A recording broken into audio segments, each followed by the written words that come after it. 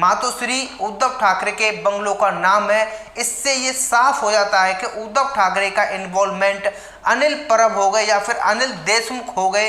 ये जो वसूली कांड चल रहा था इसमें साफ साफ नजर आ रहा है।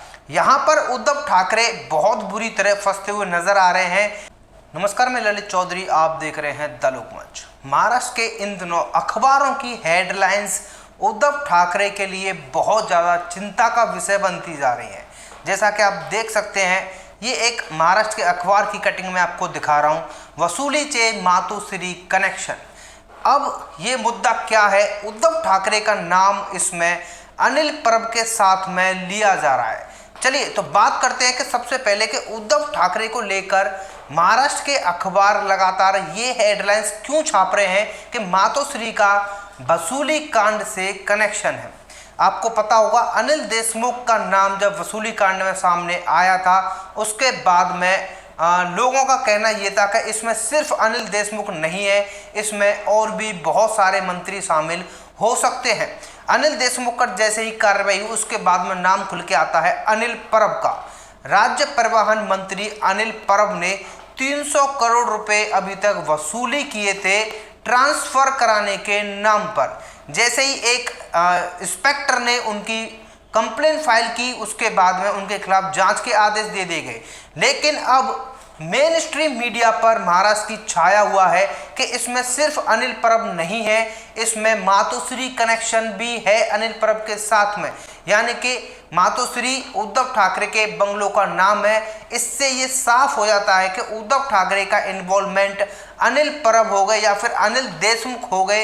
ये जो वसूली कांड चल रहा था इसमें साफ साफ नजर आ रहा है। यहाँ पर उद्धव ठाकरे बहुत बुरी तरह फंसते हुए नजर आ रहे हैं, क्योंकि आपको पता है कि अनिल देशमुख के खिलाफ जैसे ही सीबीआई जांच के आदेश दिए थे उनको तुरंत ही अपना इस्तीफा देना पड़ गया था। उसके बाद में अनिल परब ने भी अपनी सफाई में कहा था कि जो एलिगेशंस लगाए जा रहे हैं वो बिल्कुल झूठे हैं। लेकिन उसके बाद में जिला अधिकारी ने जांच के आदेश दे दिए और कमेटी गठित कर दी है अनिल परब को लेकर। अब जैसे ही जांच सामने आएगी उद्धव ठाकरे का नाम भी दोनों तरफ से खुल सकता है। दो तरफा उद्धव ठाकरे गिर चुके हैं, एक अनिल देशमुख की तरफ से, एक अनिल परब की तरफ से। अनिल देशमुख वाले कांड में जो सीबीआई जांच कर रही है, ईडी जांच कर रही है, अगर वहां पर उद्धव ठाकरे का लिंक अगर जरा सा भी सामने आता है, मोस्ट प्रोबेबली यहां पर अंदाजा लगाया जा रहा है या फिर जो मेन स्ट्रीम मीडिया है, जो जर्नलिस्ट हैं, हो सकता है उनके पास में कुछ सबूत हों उद्धव ठाकरे के खिलाफ, क्योंकि तभी उन्होंने ये हेडलाइंस चलाई हैं। और ये बहुत बड़े लेवल पर ये हेडलाइंस चल रही हैं, सोशल मीडिया पर भी चल रही है कि मातोश्री का कनेक्शन वसूली कांड से है। अब दूसरी तरफ अगर अनिल परब की जांच में अगर उद्धव ठाकरे का नाम सामने आ जाता है तो वहां से भी उद्धव ठाकरे फंसेंगे। उद्धव ठाकरे के साथ साथ शिवसेना सरकार के बहुत सारे मंत्री अब इसमें फंस सकते हैं। अब आप लोग अंदाजा लगा सकते हैं कि महाराष्ट्र के गृह मंत्री को तुरंत ही इस्तीफा देना पड़ गया था अपने पद से। इतने बड़े पद से उन्हें रातों रात हटना पड़ गया, वो भी खुद से इस्तीफा देके। और जबकि वो स्टार्टिंग से बोलते आए थे कि मैं जांच के लिए तैयार हूं, ये एलिगेशंस झूठे हैं। लेकिन सीबीआई जांच में पाया गया कि जो एलिगेशंस अनिल देशमुख के ऊपर लगाए गए हैं वो कहीं ना कहीं सच हैं और सीबीआई ने एफआईआर दर्ज कर दी। उसके बाद में क्योंकि ये मामला मनी लॉन्ड्रिंग का था, जब ईडी उसमें एंटर हुई तो ईडी को भी कुछ उसमें संदिग्ध मिला और ईडी ने भी एफआईआर दर्ज कर दी। कोर्ट से आदेश आता है कि आपको 15 दिन के अंदर रिपोर्ट सबमिट करनी है।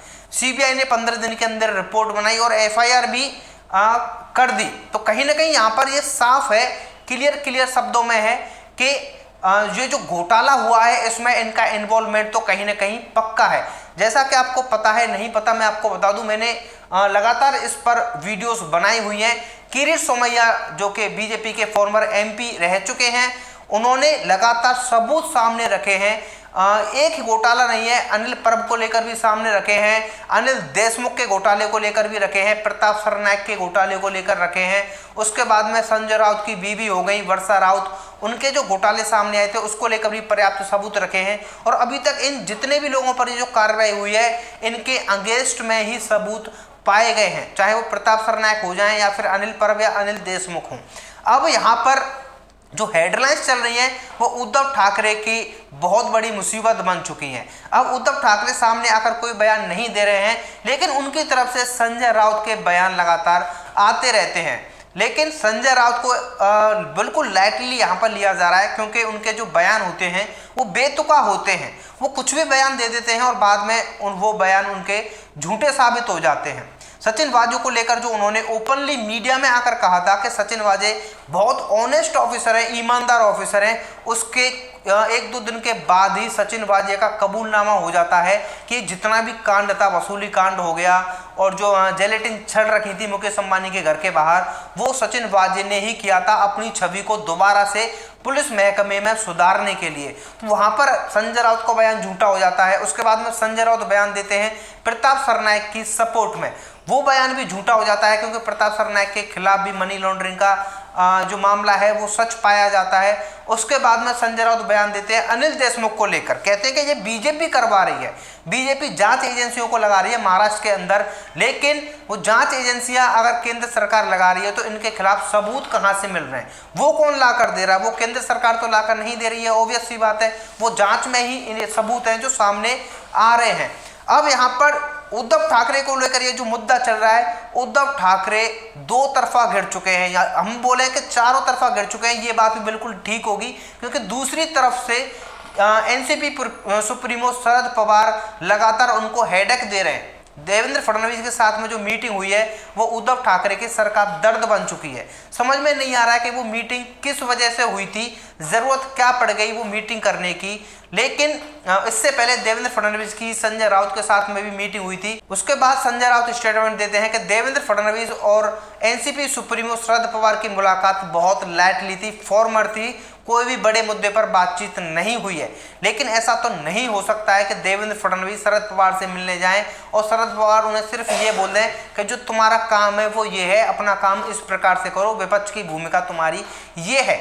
ये संजय राउत का कहना था। लेकिन कॉमन सेंस की बात है कि सिर्फ इसलिए तो देवेंद्र फडणवीस शरद पवार के पास जाएंगे नहीं, कहीं ना कहीं महाराष्ट्र की राजनीति में बहुत बड़ा भूचाल आने वाला है, ये बात तो तय है। अनिल परब को लेकर भी कहा जा रहा है, दावा किया जा रहा है कि बहुत जल्द अनिल परब को भी अपने मंत्री पद से इस्तीफा देना पड़ेगा। तो कुल मिलाकर अनिल देशमुख ने इस्तीफा दिया, उसके बाद में अगर अनिल परब इस्तीफा देते हैं तो यहाँ पर ये एक पॉइंट होगा जहाँ से लोग समझ सकते हैं कि जो राजनीति अंदर ही अंदर चल रही है वो किस लेवल की चल रही है। बाहर कुछ भी ओपनली सामने नहीं आ रहा है, लेकिन मीडिया है, जनता है, उनको सब कुछ दिखाई देता है। आप लोगों का क्या कहना है इस बारे में, आप लोग कमेंट करके जरूर बताएं। फिलहाल के लिए वीडियो में इतना ही, मिलते हैं आपसे एक और नई वीडियो में नई इंफॉर्मेशन के साथ। धन्यवाद।